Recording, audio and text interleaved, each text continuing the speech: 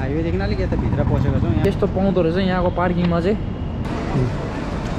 VIP गाडी ल्याउन आएको रहेछ गाडी। टोटल प्रब्लम है, यहाँ हाइवेमा छौँ हामी रोकेको। आइपुग्यौँ घरमा हो। So hello guys, praise the Lord everyone, this is JB and welcome to the channel. आज धेरै दिन बाद फेरि ब्लग सुट हुँदैछ। यहाँ अहिले बज्दैछ बेलुकाको 6:35 6:40 नै हुँदैछ। अब हिँड्न आँटेको। आज चाहिँ हामी जान आँटेको पनि म अनि मेरो भाइ राहुल यहाँनिर छ हैन।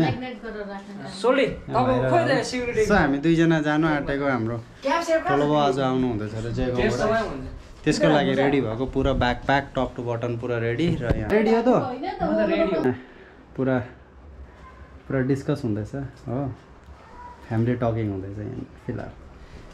त्यसको लागि अब हामी हिँड्न आँटेको। भाइ र म स्कुटी दिउँसो रेडी छ, पुरा सर्भिसहरू गरेर रेडी टु गो। अब यहाँबाट सिर्फ फ्युल हाल्नु बाँकी छ, त्यहाँबाट अन द वे डाइरेक्ट अब हामी बाटोमा भेटौँ। अहिले चाहिँ भयो क्या, रेडी हो निक्लिनु लागि? काला न काला चस्मा लगाएर के गरेको चाहिँ? यो बेग बुक अब त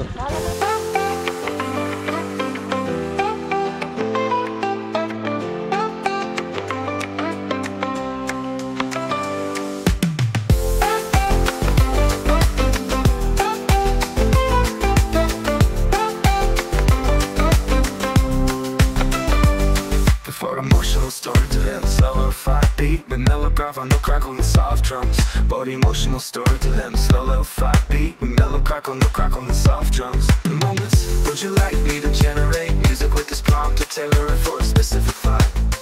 Would you like me to generate music with this prompt to tailor it for a specific vibe? Would you like me to generate music with this prompt to tailor it for a specific vibe? Would you like me to generate music with this prompt to tailor it for a specific vibe? So हामी त्यहाँदेखि निकै अगाडि आएर यहाँनिर अहिले हाम्रो भाइ यहाँ पान खानेर अनि यहाँ पान सपमा रोकेको छौँ।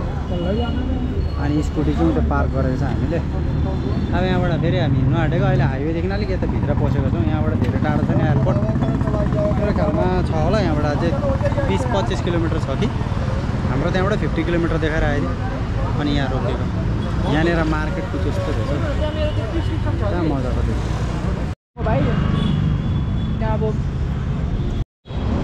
सो यहाँबाट हामीले खाइसक्यौँ त्यो छोले खाएर अब हामी यहाँबाट निक्लेको होइन। अब तँलाई चाहिँ फार्मेसीबाट के लिनु?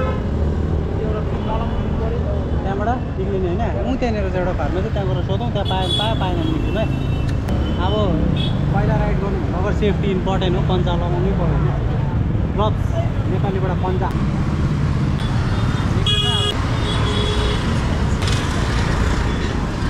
भयो। Let's go.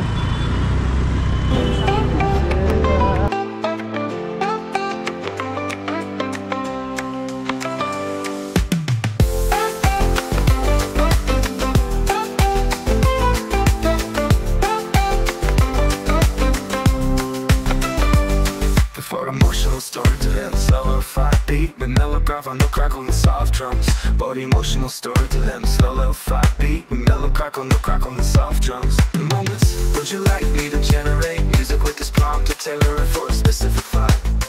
Would you like me to generate music with this prompt to tailor it for a specific vibe? Would you like me to generate music with this prompt to tailor it for a specific vibe? Would you like यस्तो पाउँदो रहेछ यहाँको पार्किङमा चाहिँ। घन्टाको 40 आइपुग्यौँ। अब हामी अब यो खोलौँ अलिकति, चेस्मा खोलौँ। पुरा कान दुख्यो म त यो चेस्मा लगाएर आएर त हो। घरदेखि 1 घन्टासम्म लगाइदिएको पुरा यो यस्तो र यो पुरा कपाल दुख्यो। अब हेलमेटहरू यहाँ प्याक गरिदिउँ, त्यहाँबाट वासरुम जाउँ। ब्याग पनि यहीँ छोडिदिउँ है। ब्याग पनि त्यहाँबाट चाहिँ हाम्रो ठुलो भाउहरूलाई रिसिभ गर्नु लागि माथि जाउँ, त्यहाँबाट भेटौँ उहाँहरूलाई होइन। After that will come again. So अहिले चाहिँ हामी एयरपोर्टतिर छौँ कि यहाँनिर। यसो जाँदैछौँ यहाँबाट उकालो चढेर होइन। कस्तो लाग्यो र तँलाई? अब बाउलाई भेट्नु जाँदैछ, कस्तो लाग्दैछ आज? कस्तो लाग्नु? अनुहारमा घाउ छ यहाँ र यार हो र। अनुहारमा घाउ हुँदा केही पनि हुँदैन। हामी त भेट्नु आएको, बाउलाई रिसिभ गर्नुको लागि आएको। अन्त रिसिभ गरेर चिन्नु चाहिँ चिन्छ होला छोरालाई। चिन्छ, किन नचिन्ने हो भने अरे। खाने सिस्टम चाहिँ बडो बेकार लाग्छ हौ मलाई। यस्तो गरेर पानी खाने सिस्टम चाहिँ मा बेकार लाग्छ। अनि पानी आउँछ त्यहाँ, मुख छेउमा लगेर जान्छ होइन। त्यसले के भन्छ, त्यो सेन्सर लगाएको होला नि त। त्यो हामी छेउमा जाने बित्तिकै पानी चुर्रै आउँछ। हाउडै लाग्छ मलाई त्यो चाहिँ। अब यहाँ बसिन्छ यो चाहिँ बेङ्गलोरको एयरपोर्ट चाहिँ यसो छ है गाइस एराइभल यता हो ऊ पर हो पर जानुपर्ने हामी चाहिँ अहिले फिलहाल भर्खर हामी माथि चढेको मात्रै अझै जानै छ पर हो अलिक उता जाउँ न यहाँ बसेर चाहिँ के गर्ने उता गएर पनि के भन्नु उनीहरू पर जाउँ अलिकति टिकट हेरौँ कति बजी आयो ऊ पर जानुपर्छ हामी अहिले आइपुग्दैन कति टाइम छ अझै आउनुको लागि त्यही त बाउको टिकट 10:30 बजीको टाइम होइन मेबी कति बजीको टाइम हो 22 भनेपछि 10:20 मा आइपुग्छौँ ओके अहिले टाइम कति भयो 1 घन्टा चलो 1 घन्टा छ अरे अब 1 घन्टासम्म त यतिकै बसेर टाइम पास गर्नु पऱ्यो कतै अब राम्रो जग्गा हेरेर अब चाहिँ हामी एकै खेपमा ठुलो बाउहरू आइसकेपछि भेटेर मात्रै त्यहाँबाट हामी गाइस अनलाइन आउँछौँ दुबारा ब्याक सो हाम्रो ठुलो बाउहरू यहाँ आइपुग्नु भयो हो सरहरूलाई भेट्दैछ छोराहरूसँग पाप्दा भेट्यो होला अब हो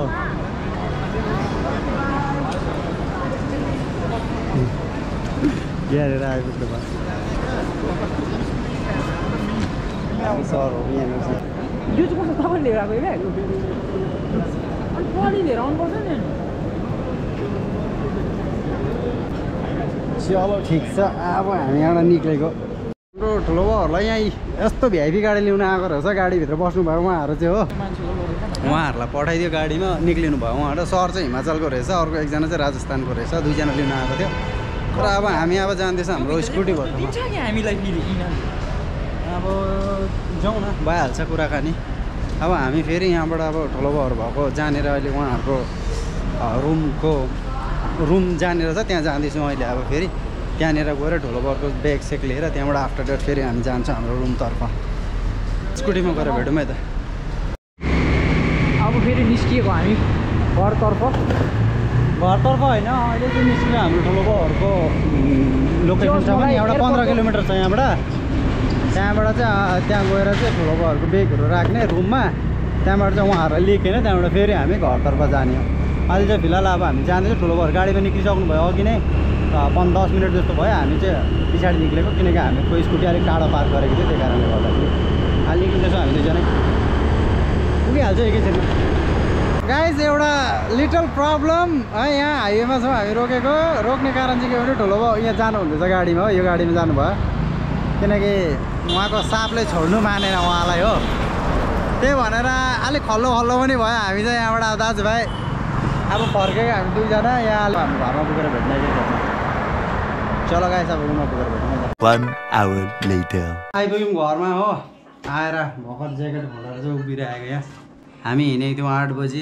र अहिले बज्दैछ रातिको 1 बज्दैछ यहाँनिर हो 1 बजीले आइपुग्यो 4-5 घन्टा लाग्यो हामीलाई वहाँनिर पुगेर आउनलाई झनै बाउलाई चाहिँ हामीले लिएर आउनु सकेन कारण त्यहाँनिर अलिकति प्रब्लम भइदियो अघि मैले बाटोमा भनिहालेँ होइन के बात छैन हामी गएर भेटेर त आयौँ तर नेक्स्ट टाइम अब फेरि भेट्नु जाउँला कोही दिन समय पाएछ हुन्छ र हाम्रो ठुलो बाउहरूको लागि स्पेसल पुरा यहाँ रेडी गर्दै थियो खानापिनाहरू पुरा हाम्रो भाइ सम्मा यहाँ हाम्रो जेमीमा यहाँ स्पेसल पुरा के हो यो साग सलाद होला यहाँ दाल र त्यहाँ भात अरू खोइ के बनाएको छ यहाँ पनि पाक्दैछ है गाइस यहाँनिर पनि पाक्दैछ एयर फ्रायरमा चिकनहरू के पाक्दैछ लाइट आज लगाएको रहेछ गाइस यहाँनिर नयाँ त्यही कारणले अलिक उज्यालो देख्दैछ आजको लागि यति नै हाम्रो यो सर्ट ब्लग भनौँ न है र आजको लागि यति नै हामी फेरि भेटौँ नेक्स्ट ब्लगमा नयाँ च्यानललाई सब्सक्राइब गर्ने पुरानो लाइक सेयर कमेन्ट गर्ने है ल बाई बाई सबैलाई